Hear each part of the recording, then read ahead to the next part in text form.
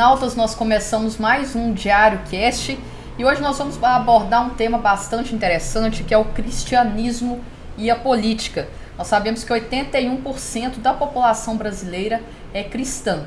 E para esse bate-papo nós estamos aqui com a Vera, que é a nossa diretora, e com a Dalton Campos, técnico em segurança do trabalho, bacharel em direito e cristão. Adalto, muito obrigada pela presença aqui no nosso Diário Cast. E agora a gente vai bater um papo, então, sobre esse assunto aí, tentar levar para as pessoas algum esclarecimento sobre esse assunto. Boa tarde, Paula. Boa tarde, Vera. Eu que me sinto honrado em ter o privilégio de vir debater e expor esse tema tão oportuno e importantíssimo, né? Até mesmo porque estamos prestes a eleições, exatamente. Né? E acho que mais do que oportuno esse tema. Sim. Adalto, para a gente começar já, a gente está vendo até uma arte que foi colocada aqui, política e religião. Política e religião não se discute ou política e religião se discute sim? São três temas que as pessoas não gostam de discutir, embora todo mundo goste do tema, mas foge, né? É uma frase que política, religião e futebol não se discute. Discute, né? Claro que se discute. O que a gente precisa fazer é passar pela peneira os termos, né? Porque são termos amplos. O termo religião é um termo amplo. Se você falar de religião, são várias, né? A nível de Brasil, a nível mundial nem se fala. Tem religiões que a gente nem conhece, né? Política já é um assunto mais condensado, mas ao mesmo tempo, como é um assunto feito por diversas pessoas, acaba também sendo muito diversificado e é preciso também funilar. Certo. Então nós vamos discutir hoje política e religião aqui, ou nós vamos fazer uma pauta assim, sobre o assunto? Como a Paula disse, né, ela me apresentou como cristão. Eu acho que é o título mais honroso para essa religião que eu sigo. Eu acredito que, falando para 81%, né, falando de 81% da população brasileira, interessante lembrar, Paula, Vera, que 10% não se intitula nada, não se declara com religião alguma. Então a expressão de 81% é muito grande, né? Um Brasil com mais de 200 milhões de pessoas, tendo 81% de cristãos, ele tem que saber como se posicionar. Então o termo religião, a gente deveria levar, pelo menos a nível de Brasil e desse podcast, para o cristianismo. Como o cristão se porta com a religião. O cristão e as questões políticas, que seria o mais interessante. Que aí a gente que tem a maioria, né, da população se intitulando cristão, esse cristão saber quais são os direitos, quais são os deveres, ele entender dentro da Bíblia como que ele tem que se posicionar e deve se posicionar. Né? Pois nós chamamos justamente por isso, Adalto, a questão das eleições que estão chegando aí, e a gente vê muitos candidatos, muitos políticos usando o cristianismo, que seja a sua religião, em cima do cristianismo, isso, né? Para fazer marketing. Eu queria saber como é que você vê essa questão desses candidatos, desses políticos se apropriarem do cristianismo, se apropriarem da Bíblia, se apropriarem de discursos bíblicos para crescer e conseguir votos da população. É um tema bem falado, porque o que a gente vê normalmente as pessoas, esses políticos, né, se utilizando do púlpito como palanque e da igreja como um curral eleitoral. Isso é uma pena, porque de fato você acaba distorcendo a função de cada um. Né? Quando esses políticos entram nessa seara, dá para perceber pessoas que querem chegar ao poder para ter o poder para si próprio. O bom de falar de política é você saber o termo. Como a gente disse, religião, a religião ampla é a crença em alguma coisa. As pessoas se reúnem por causa de uma crença, né? Cada um na sua. O cristão em Cristo. A política vem do grego, né? A sociedade grega que começou a desenvolver esse assunto, porque foi a sociedade mais organizada, né? O império mais organizado. E política quer dizer polis, cidade, ou sociedade, e o tikos, que quer dizer bem comum. Então é o bem comum da sociedade. Quando a pessoa quer chegar ao poder para se enriquecer, para se empoderar, seja financeiramente ou de outra forma, já perdeu todo o propósito. E é nesse momento que o cristão tem que ter o olhar clínico e espiritual para poder diferenciar isso. Como nós, cristãos, a gente vai conseguir ter um olhar para se nós estamos sendo enganados, se a pessoa só está usando o nome de Cristo ali só para ir para o poder, porque você sabe que depois que chega lá não vai seguir o que falou. É um lado difícil, porque tem muita gente que engana, né? A própria Bíblia diz que às vezes a gente é enganado. Como que a gente faz para a gente saber lidar com isso? A primeira coisa que eu vejo é o seguinte: a gente não cometeu os erros que a maioria dos 81% comete. É achar que misturar religião com política é pecado. Que religião está à parte da política. Não está, né? Outros se tornam apolíticos, não querem saber de maneira alguma. E outros se tornam partidaristas, né? Eles se tornam partidários de pessoas ou filosofias que não condizem em nada até com o cristianismo. A primeira coisa que eu vejo para a gente fazer essa peneira é entender que o homem foi criado para a política, sim. Olha que interessante, quando você vê a criação em Gênesis, você vai observar Deus criando o homem para gerir a terra, né? Ele coloca o homem e a mulher no jardim e ele dá trabalho para cada um. E o trabalho principal do homem é gerir a terra. Gerir o mundo, né? Administrar o mundo. Administrar. A política é isso, é a administração das coisas públicas, né? A política é a administração das coisas públicas. Como que eu, cristão, então me torno apático, não quero saber de nada disso, mas caminho aqui por essa terra. A gente tem um tempo, a gente crê, a gente foi chamado por um propósito para glorificar o nome de Cristo, o nome de Deus, e eu glorifico isso através de muitas coisas.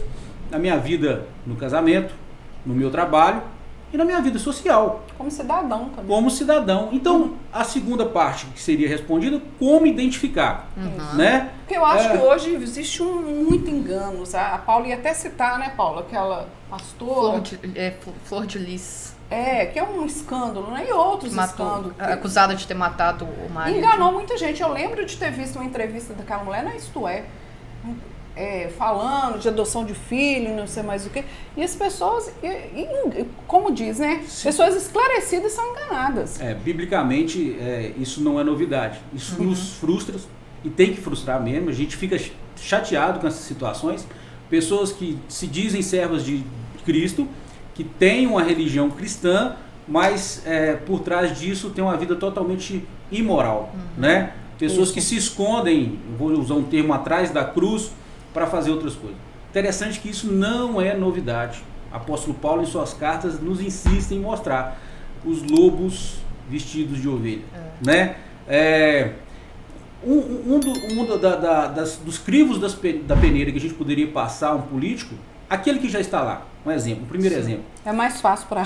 É mais fácil. Esse é mais fácil ainda. Né? Vamos começar do mais fácil. Esse cara entrou lá, pobre e saiu rico. Ele chegou lá numa condição financeira e hoje já tem outra condição financeira? Será que já anda de jatinho? Será que já tem casa, já tem mansão? É uma questão a se observar. Será que ele usa o púlpito de fato para poder manobrar as pessoas? Ou ele usa para falar da Bíblia, para falar de Jesus? Né? E lá no Congresso, ele tem defendido as questões cristãs, o que a gente chamaria dos princípios e valores cristãos. E aí a gente, é um assunto muito mais amplo, né? Não digo polêmico, mais amplo. Você fala de questões familiares, de questões da educação que a gente tem na escola hoje, e de tantas outras coisas que é de interesse do cristianismo.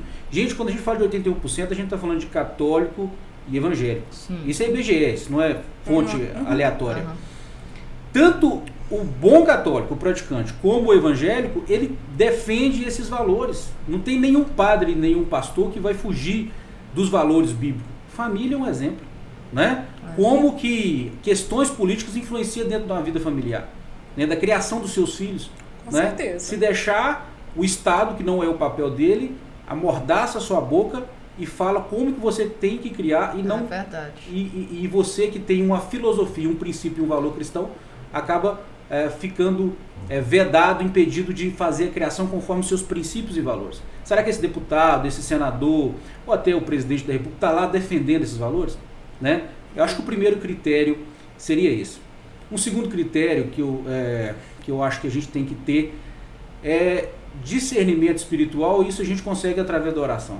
O apóstolo Paulo, na carta a Timóteo, ele fala que nós somos cidadãos do reino que deve orar pelas autoridades constituídas. Se a gente deve orar pelas autoridades constituídas, quanto mais naquelas que a gente vai votar.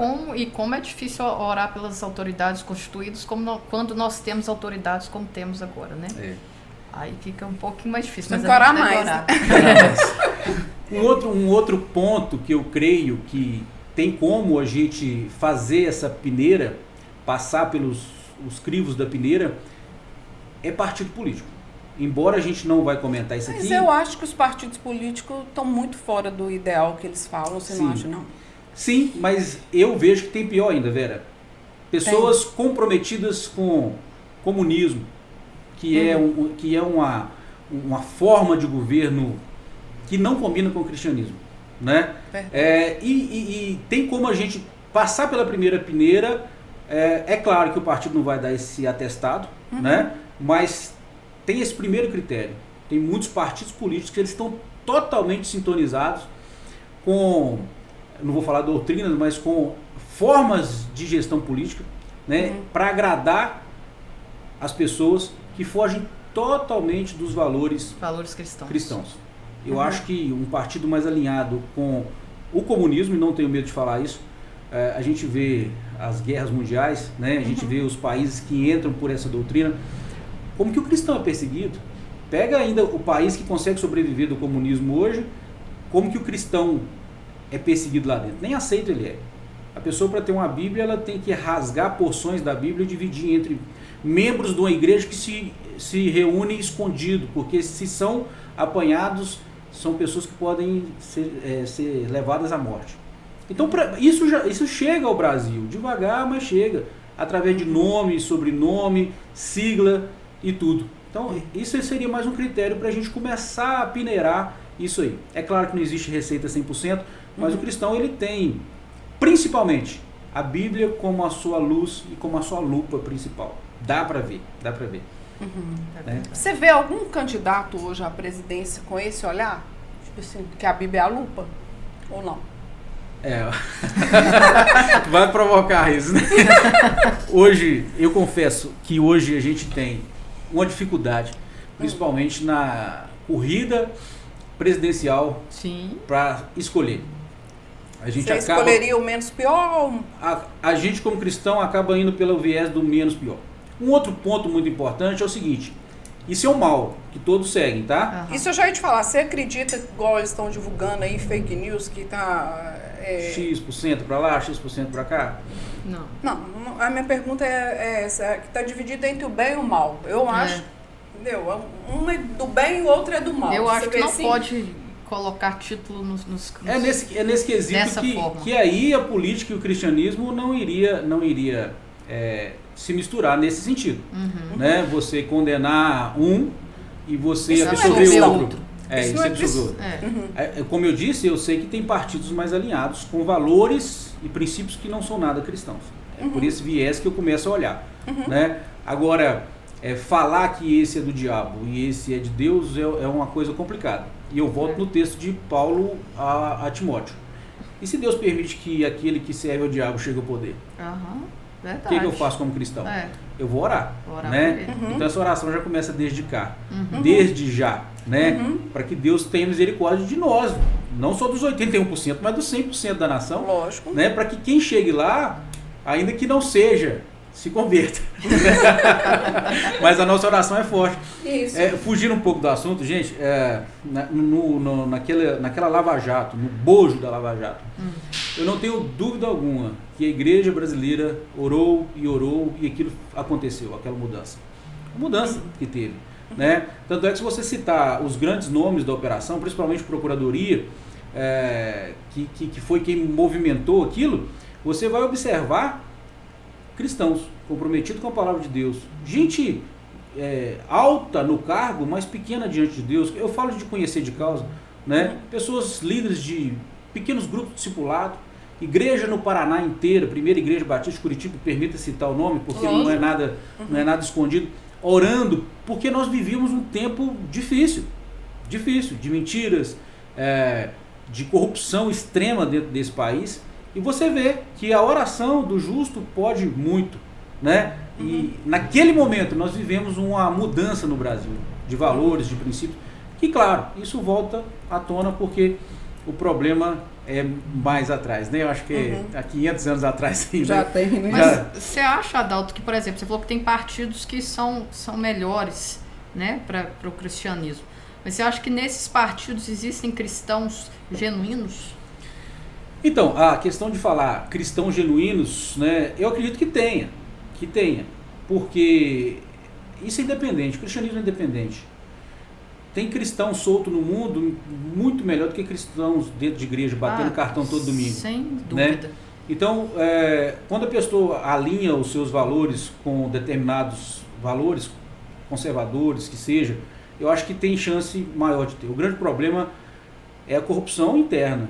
Né? Às vezes a pessoa tem uma boa conduta, ela chega lá com uma boa conduta, mas ela acaba não se corrompendo, mas se demonstrando corrupto, né? Que é o caso que a gente sabe. Gente, as 3 classes sociais, não sei se você sabe, mais desacreditadas no Brasil são os políticos, policiais e pastores. Olha que vergonha. Porque em quem mais você deposita confiança? Infelizmente, com o passar do tempo, as coisas foram acontecendo para chegar nisso aí, né? Isso. Porque hoje também tem muito pastor, né? E de toda vertente, né, Vera? De toda vertente. Assim, aí a gente, querendo ou não, você tem que puxar para a Bíblia, né? As pessoas, não tem como ser cristão e abandonar a Bíblia. A Bíblia, para o cristão, é a regra de vida dele, né? O problema é que tem político que ele quer distorcer o que está na Bíblia, né? Usa seu bel prazer, né? Exatamente. Tem uma frase que, me permita, Paulo, tem uma frase que diz que a Bíblia é a mãe de todas as heresias. Olha que interessante. Pesado, mas é interessante. Porque o grande problema é você pegar versículos isolados e usar seu bel prazer. Aí você funda doutrina, você funda igreja. Tudo com seu interesse, né? Tudo com seu interesse. Se você não tem uma visão ampla de Gênesis e Apocalipse, passando por todos os livros, ninguém que pega um versículo tão somente pode justificar os seus atos em cima de um versículo só. É erradíssimo. Esse dia eu vi um teólogo famoso falando sobre modalidades novas de família. E ele veio falar, defender, né? Esse é um cara hoje que tem uma grande comunidade. Interessante também. Ele tem uma grande comunidade em Brasília e é um cara, já foi referência na década de 90, se afastou da igreja e hoje fundou a sua própria igreja. É o Caio Fábio. Não, porque eu já... Então, Não precisava nem que você não se falou. vai editar, eu não sei agora. Não, vamos falar, não tem problema nenhum. Não, nenhum. É o Caio Fábio, então sim. aí que ele Inclusive, fala? quem me evangelizou era fã do Caio Fábio. Sim. Mas ele foi um cristão expoente na década de 90, né? Não falando da pessoa, mas da forma de evangelizar hoje. Esse dia eu estava ouvindo Também ouvi um vídeo dele recentemente, assisti. E ele pega um texto da Bíblia para justificar as novas modalidades de família. Sim. E ele fala, olha, Jesus não falou nada sobre qualquer modalidade de família. Eu vi o mesmo vídeo que você, eu acho. É isso, né? É. Então ele pega um texto, aquele texto que Jesus está dentro de uma casa e tem tanta gente em volta que Maria e os irmãos de Jesus não conseguem chegar até Jesus. E pede alguém para falar com Jesus. E alguém vai lá e fala, Jesus, olha, a sua mãe e seus irmãos estão lá fora querendo falar com você. Jesus responde assim, a minha mãe e os meus irmãos são aqueles que fazem a vontade do meu pai. O cara pega uma passagem bíblica dessa para justificar qualquer tipo de família hoje que é constituída. E Deus criou homem e mulher para constituir o casamento e uma família. Né? Então a gente não pode se deixar levar. Por isso que eu estava falando, voltando ao assunto, que muitas vezes a Bíblia é a mãe de todas as heresias, não a Bíblia, mas as pessoas que usam versículos. A interpretação, né? Porque usa seu bel prazer. Como o cara hoje está longe de uma doutrina, né, mais salutar, mais saudável, e vou falar da vida pessoal dele, mas não dá o braço a torcer, é mais fácil você criar uma doutrina para você mesmo. E o problema, Vera e Paulo, é que a gente faz isso toda hora. Toda hora. Não vamos esquecer do nosso tema política. Então o cara vai para a política usando o nome de Deus, mas o que ele quer na verdade, às vezes, é poder financeiro. O próprio bem. E o próprio bem. E aí que mora, acho que a nossa grande questão, o próprio bem. Se a gente traz isso para o cristianismo, é o nosso tema, né, cristianismo e as questões políticas, você vê Jesus. O que Jesus nos ensina na cruz do Calvário é negar a si mesmo. O maior ensinamento de Jesus, né, desde Gênesis, porque ele vem em Gênesis fazendo a criação, João fala isso, né, no princípio era o verbo, e você vê qual que é o propósito de Deus, o homem obedecer. Adão não consegue, nosso pai Adão não consegue, e nós herdamos a genética do pecado. Todo aquele que nasce de homem e mulher herda o pecado. Então Deus se faz homem, vem à terra para poder nos ensinar como é que funciona a coisa, como é que se obedece verdadeiramente. E aí ele veste pele humana, ele nasce numa manjedoura, de forma humilde, de forma servil, sendo servo, andando em estradas empoeiradas, não nasceu em palácio, nasceu numa família onde que o ofício era uma carpintaria, para ensinar para mim e para você que o grande segredo da obediência é servir e negar você mesmo. Se a gente não aprende a negar, não há área alguma da nossa vida que deslancha. Se eu sou egoísta no casamento, se eu sou egoísta no trabalho, se eu sou egoísta dentro da igreja, se eu sou egoísta na política, se eu sou egoísta na política, o nome de Deus está longe de ser glorificado. É verdade. É isso que o político que é cristão, que está comprometido com os valores cristãos, a premissa dele, o ponto de partida dele, sempre deve ser essa. A política é o quê? Vamos voltar lá. Um bem comum da sociedade. Então eu vim para servir, não é isso? Eu vim para servir a sociedade, as pessoas que estão aí sofrendo, sem falar das ideologias de gêneros ou coisa qualquer, pensa no social. Já viu que todo político adora a parte social para poder discursar? Claro. Todos eles, é a pobreza, é a educação, é isso, mas quando chega lá faz o quê? Tudo ao contrário. Só rouba, né, corrupção, nem lembra mais. E o próprio umbigo. Essas comoções, isso comove socialmente.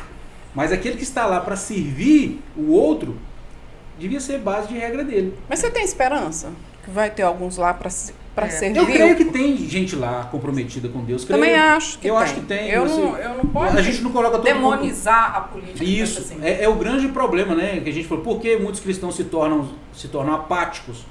Porque demoniza a política.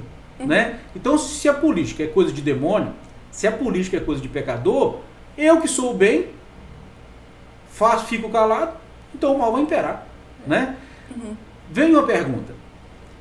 Se Jesus estivesse aqui, ele ia entrar na política? Interessante, né? Não era a agenda de Cristo. Essa não era a agenda de Cristo. Não. Mas se você vê alguns posicionamentos de Cristo, você vê ele se posicionando contra os fariseus, contra os saduceus, até ficando bravo, contra aquela casta religiosa farisaica que o fariseu se tornou religiosidade. O fariseu se tornou sinônimo de hipocrisia. Então, olha que eu acho que interessante. nós vivemos num mundo muito hipócrita. A gente vive muito bem falado, velho. Por que a gente tem esses dissabores, desesperanças e não quer comprometer? Porque a gente vê a hipocrisia. Para que eu vou mexer com isso se tudo é hipocrisia? Jesus não condenou a hipocrisia? Sim. Né? É interessante como João Batista, né, aquele que vem aplainando os caminhos de Jesus, preparando, e Jesus, como que eles confrontam era uma casta religiosa. Porque você tinha o poder romano imperando, mas abaixo do poder romano ali, você tinha um poder religioso. Então os fariseus e os saduceus, principalmente os fariseus, né, que era a classe dominante, eles tinham muito domínio sobre a política. Né? E dentro do seu domínio, dentro do poder de persuasão religioso, eles acabavam fazendo aquilo que não deveriam fazer. Né? Se posicionando do lado do poder para se tornarem mais poderosos ainda e mais ricos. E Jesus chama eles de quê? Raça de víboras. Dentro disso, eu, cristão, não devo xingar os outros, não é isso não. Mas eu devo posicionar. Então, eu preciso posicionar. E o cristão não tem se posicionado. Não tem se posicionado, não tem denunciado. Não tem denunciado. Vamos voltar. Às vezes tem uma posição assim... Tá muito complicado também, né? Uma posição, às vezes, que não é nem muito salutar, é uma posição de ódio, eu não acho que tem que ser tudo com amor. É os dois opostos, né? Se a gente não acha equilíbrio, nem o ódio, nem a apatia também. A Vera tocou num ponto muito interessante, a questão do ódio. Aí você encontra aí, falando aí de partidos e de candidatos a ter presidente mesmo, você encontra aí um candidato que é mais a favor do cristianismo, mas que ao mesmo tempo a política que ele faz gera ódio. A política que ele faz gera ódio na internet, gera ódio nas mensagens que são enviadas nas famílias. Ele tem que se preocupar com isso também. Então, é por isso que eu falo assim, a questão do partidarismo, aquele partidarismo cego, né? Aquela coisa que você acaba esquecendo os seus valores. Eu não acho que candidato A e nem B me representa como cristão. Longe, longe. Eu preciso alinhar com aquele que chega mais próximo dos princípios e valores cristãos. Mas me representar, jamais. Né? A nossa esperança está em Cristo. Essa terra está fadada à corrupção. Adalto, você está jogando tudo por terra abaixo. Não, você não tem esperança. Não é, eu preciso assim, enquanto caminho aqui, ser luz e sal, não é isso? Isso. Eu tenho que ser sal e luz. Mas ao mesmo tempo a gente sabe que, se você lê Apocalipse, você vê que a terra já está condenada. Jesus volta, restaura isso tudo, né? Mas ao mesmo tempo eu sou sal e luz colocado num tempo. O nosso tempo é esse. Quando eu me posiciono de forma fanática do lado A ou do lado B, eu vou correr o mesmo risco. Porque o lado A é comprometido com questões comunistas, mas o lado B, por outro lado, não me representa como cristão. Não. Quem casou 4 vezes, quem faz apologia a tantas coisas que não condiz com o cristianismo, que vai num lugar ou no outro, talvez para conseguir votos, não me representa. Exatamente, fica dos dois lados ali para conseguir votos. Como cristão não me representa. Trata mal as pessoas. Não é? Perto de um cristianismo está longe. Eu queria falar um assunto, até acabei esquecendo. É um grande problema que nós todos envolvemos de sempre olhar para os que estão na frente. Quando a gente tem uma corrida política... A polarização. Nós estamos com um problema da polarização aqui no Brasil, né? Isso é um problema muito grande que a gente esquece de olhar para todos os outros. Olha, e aí olha a que gente interessante. quer votar só nesse ou no outro. Porque nós temos 2 lá que a gente quer escolher. Você se sente obrigado a ter que escolher entre os 2. Uma vez eu vi um cientista político falando uma colocação e eu achei interessante. Qual que é a sua cor preferida? Dificilmente alguém fala que a cor preferida é prata. Ou a cor preferida é branco. São cores bem definidas. Não é? Agora, por que a maioria da população compra carro branco, prata e preto? Porque tem a maior facilidade de revenda, de venda. Por que você não compra um carro laranja, se a sua cor preferida é laranja? Um carro azul, né? Porque você está preocupado com o que a maioria pensa. É verdade. E a forma de lá na frente se dar melhor também. O eu, ele mora em todo lugar. A gente está falando muito aqui, a vésperas de início de eleição estadual, né, e federal, mas municipal. Como que o cristão às vezes escolhe o partido por interesse próprio? Com certeza. Você está vendo como é que esse eu, para quem é cristão, o tempo todo, ele vai gerir a sua caminhada, a sua vida em todos os lugares? Você vende os seus princípios e valores até a nível municipal porque você quer uma vaguinha de emprego, porque a sua empresa vai ganhar licitação. Verdade. Né? Porque você vai ganhar favores até a igreja. O pastor fez um convênio com tal partido, o padre, porque vai vir verba, vai vir isso. Isso não é interesse próprio. Né? Principalmente... A gente critica muito os políticos, mas a gente tem que pensar que a gente, como cidadão também, a gente pensa muito no eu também. Muito. Né? Cada um, na hora de votar, às vezes, você não vota pensando no social, às vezes você vota naquele que vai ser melhor para minha classe, para minha classe, para minha empresa, a classe do agronegócio.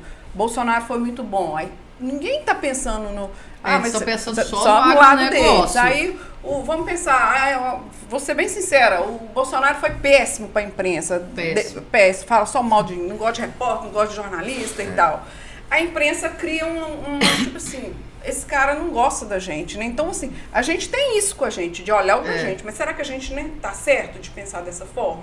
Ou a gente tem que olhar... Vou pensar no bem comum. Ou vou pensar no bem comum. Né? O grande dilema da política, e somando a isso a cristianismo, é o bem comum. Eu, como cristão, automaticamente deveria pensar no bem comum. A política foi feita para o bem comum da cidade, da polis, da sociedade. E aí como que eu me posiciono nisso? Buscando o meu eu ou o bem comum? E aí a gente joga só nas costas dos políticos, né? E é claro que a gente tem que falar também que o cara que está no poder, ele não está lá para defender o cristianismo, desde que a gente defender no certo sentido de colocar a religião como estatal. Não. Porque o Estado é laico. O Estado é laico. né? O Estado ele não pode ser apático às questões que envolvem religião. Sim. Quem está no poder está lá para apaziguar os ânimos, né? Concordo. Então, hoje a gente vê guerra religiosa no Brasil. É uma Sim. vergonha isso. Intolerância dos dois lados, de ambos os lados, né? Jesus não faria isso, né? Eu acho que ele não entraria nessas discussões, né? Não. Tem gente que gosta de discussão. A gente recebe muito assim no Zap, coisas assim, sabe? Quem é de um lado ou do outro, coisas absurdas. A pessoa, assim, ela quer... o fanatismo em qualquer área é perigoso. Um cristão nada em excesso fanático é saudável, né? Um cristão fanático não é saudável. Esse dia eu estava assistindo um link ao vivo de uma emissora e falando sobre religião, né? Eles estavam mostrando a Marcha para Jesus e uma comemoração na Bahia de uma santa católica brasileira que foi canonizada. E a coisa ordeira lá na Bahia e aqui na Marcha para Jesus, de repente aparece um cara e grita e fala e Cristo é isso, Cristo é aquilo. Para quem que ele está querendo aparecer? Será que ele está querendo falar daquela emissora ou provocar aquela emissora que todo mundo sabe que não é alinhada com os valores cristãos? Não dá para entender, entendeu? Assim, o cristão devia posicionar com mais equilíbrio, com mais prudência, com mais sabedoria. Tem hora que é hora de silenciar. Cristo, diante do seu julgamento, ele como advogado de todos aqueles que são cristãos, imagina dele, sendo o próprio Deus, ele fica quietinho. Pilatos pergunta para ele, você não vai falar nada? As pessoas estão te acusando. Ele sai caladinho, porque ele sabia do ministério dele. O que ele já tinha cumprido até ali, o que ele precisava cumprir. A gente precisa saber posicionar em todas as coisas. Porque o soldado bate na cara dele, né? Dá uma bofetada em Jesus quando ele dá uma determinada resposta e ele responde para o soldado. E ele, sendo Deus, ele podia reduzir aquele soldado a pó, né? Ele fala assim, se disse mal, dá testemunho do mal, mas se disse bem, por que me feres? Né? Uma paciência, um amor, uma sabedoria tremenda, que é onde o cristão tinha que se espelhar para seguir a sua caminhada, né? São os frutos do Espírito. Frutos do Espírito. O domínio próprio, eu acho que isso as pessoas têm que... Nós precisamos buscar o domínio próprio. A caminhada cristã é uma busca, né? A gente está aqui para crescer em santidade. Essa é a caminhada de todo cristão. A gente encontra com Cristo pelo caminho, resolve segui-lo. O cristão é nada mais que o seguidor de Cristo. E dali para frente a gente começa uma luta tremenda entre carne e espírito. E agora eu preciso melhorar cada dia mais. Tudo para glorificar o nome de Cristo. Para que as pessoas olhem para a Vera e falem assim, ali vai uma boa cristã. Isso. Ela é um pouquinho boa mãe, boa esposa, boa jornalista, porque ela é uma boa cristã. A Paula é a mesma coisa. Né? Bênção, né? É isso que a gente deveria ser espelho. Volta a falar na estatística que a Paula começou falando, 81%. Você imagina que diferença que faria nessa nação? O problema é que esses 81%, a grande maioria não está envolvido mesmo com o seu Cristo. Verdade. Não segue de fato os caminhos, os passos, os ensinamentos do seu Cristo. Porque senão nós... Às vezes segue as placas, né? Os rótulos, as placas. Como cristão, o que você tem a dizer sobre fake news? Porque a pessoa que fica mandando fake news. Boa, muito boa e oportuna a pergunta. Porque eu sou, assim, totalmente avesso do cristão que se posiciona de um lado, achando que é o melhor, e divulga fake news do outro, achando que está falando a verdade. Hoje, qualquer notícia, vocês são jornalistas, sabem disso, qualquer notícia, você tem a oportunidade, com a busca de 5 minutos no Google, saber se aquilo é verdade ou não. E a pessoa não tem o trabalho e vai divulgando aqui. Edição de vídeo. Divulga de maldade. Você acha que é de maldade? Eu creio. De partidarismo, cego. Assim, não interessa a verdade, tem que ir pra frente. Se a pessoa, você recebeu uma notícia e que você é de acordo com aquele partido, com aquilo que está sendo falado para você, você não vai nem conferir se é verdade ou mentira, você vai repassar. Você vai repassar. Sem agora, se você algum. é contra, você ainda vai procurar ver, né? Mas se você é a favor daquele partido, você repassa. Primeiro você passa no crivo da peneira, né? A verdade hoje, com a busca, como eu disse no Google, não é difícil. Você vai saber se é fake news, se não é, se o vídeo é editado. Vídeo editado, gente. Qualquer leigo sabe que um vídeo foi editado. Corta a fala do sujeito no meio e lança outra, emendando uma coisa com outra. E aí a pergunta, Vera, é o seguinte, a resposta é o seguinte, quem é o pai da mentira? O diabo. Se eu sou cristão e passo para frente vídeos com conteúdos, qualquer coisa de fake news, eu estou sendo mentiroso, divulgando a mentira, e eu estou parecido mais com o diabo do que com Cristo. Infelizmente é uma dura verdade, mas é verdade. Entendeu? É uma vergonha quando um cristão passa um vídeo, principalmente ofensivo, né? Ofensivo. Principalmente ofensivo, quando quer ofender as pessoas e vai passando a seu bel prazer. Então o eu entra em tudo. Você tem uma esperança, eu quero insistir nessa pergunta, você tem uma esperança no Brasil? De melhorar? De melhora, assim? Eu Ou você acha que... Eu sou muito otimista. Eu sou mais pessimista. A Paula é mais pessimista, eu sou otimista. Eu sou otimista no certo sentido, a esperança nossa é em Cristo, né? Se a gente é cristão, a gente é movido por esperança. Lógico. A nossa fé, né, é uma coisa que não então é nós temos que orar demais. A gente ouviu falar de um sujeito chamado Cristo e de repente o Espírito Santo te encontra e você encontra o Espírito Santo e naquele ímpeto de fé, né, uma coisa que não é palpável, o Hebreus vai falar isso muito bem, né, as coisas que não se veem, né, e não se esperam, e você passa a crer naquilo. Então eu creio, se eu creio em Cristo e eu creio que o homem pode ser mudado por Cristo, então eu creio que uma nação pode ser mudada. Uma nação aos pés de Cristo, uma nação aos pés de Jesus, ela pode e deve ser mudada. Eu falei e aí do episódio, a gente tem que fazer a nossa parte. Tem que fazer a nossa parte, ainda que seja minoria. Ainda que esses 81% dos cristãos, 10 sejam de fato aquelas pessoas que são comprometidas com a sua fé, ainda que seja pouquíssima porcentagem, existe esperança. O poder que a gente não tem, Cristo tem. Deus muda a engrenagem do mundo, enfia a mão na bolsa, na parte financeira, para te abençoar. Por que não abençoar uma nação? Né? Eu já vivi essas experiências na minha vida. Então eu queria tem tempo. Eu queria que você contasse daquele momento que você teve muito doente, né? Que você teve uma experiência assim. Você foi Covid, não? Eu tive embolia pulmonar. Eu tive embolia pulmonar em 2020 e é interessante que quase que ela se confunde com Covid mesmo. Eu dei entrada no UTI numa sexta-feira, no sábado estourou o surto de Covid, no domingo estava tudo fechado no Brasil inteiro. E os sintomas são similares, né? Falta de ar, né? Principalmente falta de ar. E dei entrada, mas como o Covid ainda não tinha chegado, eu fui diagnosticado, e bem diagnosticado, com embolia pulmonar. Então eu fui para o UTI, fiquei 11 dias no UTI e 4 dias normais, né? Em quarto, enfermaria. Uma experiência, assim, das várias experiências espirituais, né? Você vê a mão de Deus trabalhando na vida da gente. Ali eu tive uma experiência muito mais espiritual. De Deus me dando mensagens que não era aquela hora que eu iria, né, ser trazido de volta, porque tinha um propósito maior para ser cumprido.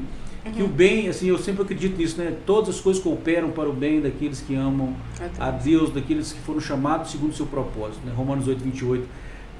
Deus me falou claramente, eu tenho um propósito maior ainda e tem muita coisa para você fazer. Você teve medo de morrer? Demais. Chorava. É mesmo? Chorava. E o tempo não passa dentro do UTI. E eu estava lúcido, né? Então, eu via pessoas morrendo ao meu lado. Uma UTI cheia de idosos, né? Pessoas de toda sorte de doença, pessoas morriam ao meu lado. Se eu era a bola da vez, eu não sabia, né? E o tempo não passa. A outra experiência que eu tive foi Deus falando audivelmente comigo. Calma, a sua hora vai chegar e você vai sair. Então não adianta você precipitar. Nós somos seres precipitados, né? Demais, tá? Eu vi pessoas levantando da cama de UTI e indo embora para casa. Uma senhora que estava com um quadro de diabetes muito severo, ela quis ir embora para casa. A gente é ansioso. Essa ansiedade faz a gente tomar caminhos. Mas quando você teve essa experiência com Deus, a sua ansiedade diminuiu? Você falou, não, eu tô aqui, mas vai ter um tempo que eu vou sair. Quando eu ouvi isso de Deus, diminuiu.